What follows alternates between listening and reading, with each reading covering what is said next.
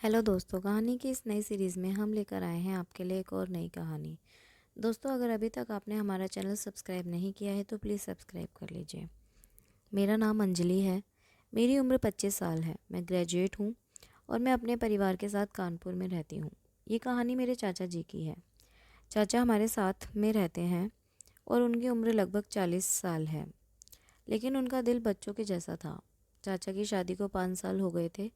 उनका कोई बच्चा नहीं था और चाची भी ज़्यादातर अपने मायके में रहती हैं। जब भी मैं उनसे मिलती तो वो अपने भतीजी की तरह मुझसे प्यार करते और मैं भी उन्हें अपने परिवार का हिस्सा मानती। उनकी बातें, उनका हंसना, उनकी हर छोटी छोटी चीज़ें जो खुशी ढूंढ लेना, सब कुछ मुझे बहुत अच्छा लगता था। सब कुछ सामान्य चल रहा था, लेकिन कुछ दिनों से मैंने देखा कि चाचा का व्यवहार बदलने लगा है। वो मुझसे बात करने से बचते थे और जब भी मैं उनके पास जाती तो वो बिना वजह गुस्सा कर देते। मुझे समझ नहीं आ रहा था कि वो ऐसा क्यों हो रहा है। एक दिन सुबह के वक्त मैं उनके कमरे में गई। वो अकेले खिड़की के पास बैठे बाहर देख रहे थे। उनके चेहरे पर एक अजीब सी उदासी थी। चाचा जी, आप मुझसे नाराज़ हैं क्या? मैंने सीधे पूछा। उन्होंने पलटकर मेरी ओर देखा और कहा, नहीं बेटा, ऐसा कुछ नहीं है, बस थोड़ा मूड ठीक नहीं है।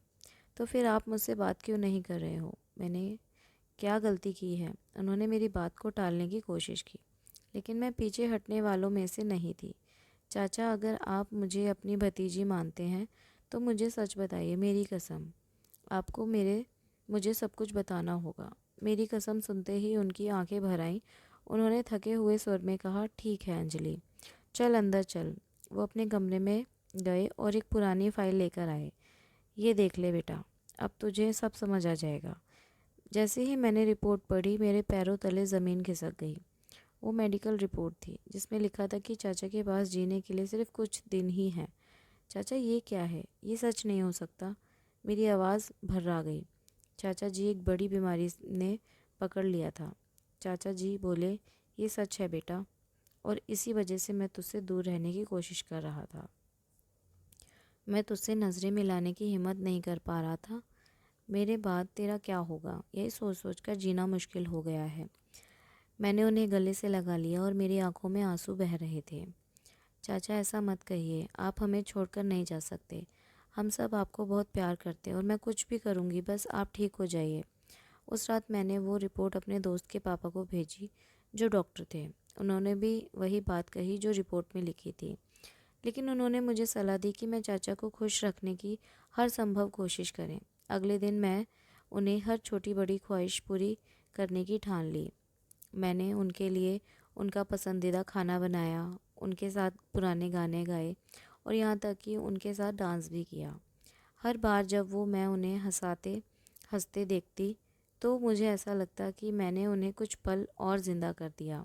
एक दिन उन्होंने मुझसे एक ख्वाहिश जताई, बेटा, क्या तू अपनी दादी वाली ड्रेस पहनकर दिखाएगी? मैं थोड़ी असहज हुई। वो ड्रेस बहुत पुरानी थी और मेरे साइज़ से छोटी भी, लेकिन उनकी आंखों में जो उम्मीद थी, मैं उसे नज़रअंदाज नहीं कर सकी। मैंने वो ड्रेस पहन ली। शुरुआत में थोड़ी अजीब महसूस कर रही थी, लेकिन जब मेरे चाचा के चेहरे पर खुशी देखी तो सारी झिझक ख़त्म हो गई। तो बिल्कुल अपनी दादी जैसी लग रही है, उन्होंने कहा। उनकी आंखों में चमक थी। मैंने उसी ड्रेस में उनके साथ डांस किया।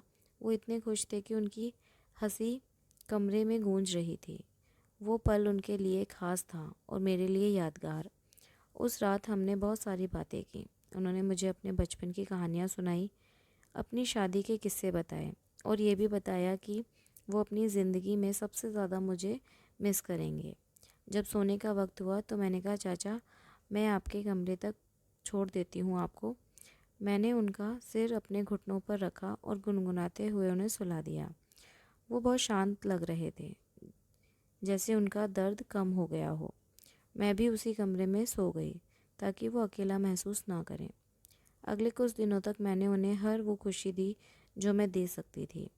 उनके चेहरे पर मुस्कुराहट देखकर मुझे एहसास हुआ कि ज़िंदगी की असली खुशी दूसरों के चेहरे पर मुस्कान लाने में है। तो दोस्तों, ये कहानी आपको कैसी लगी, हमें कमेंट करके ज़रूर बताएं और हमारे इस चैनल को सब्सक्राइब ज़रूर करें और इस कहानी को अपने दोस्तों के साथ शेयर ज़रूर करें। धन्यवाद।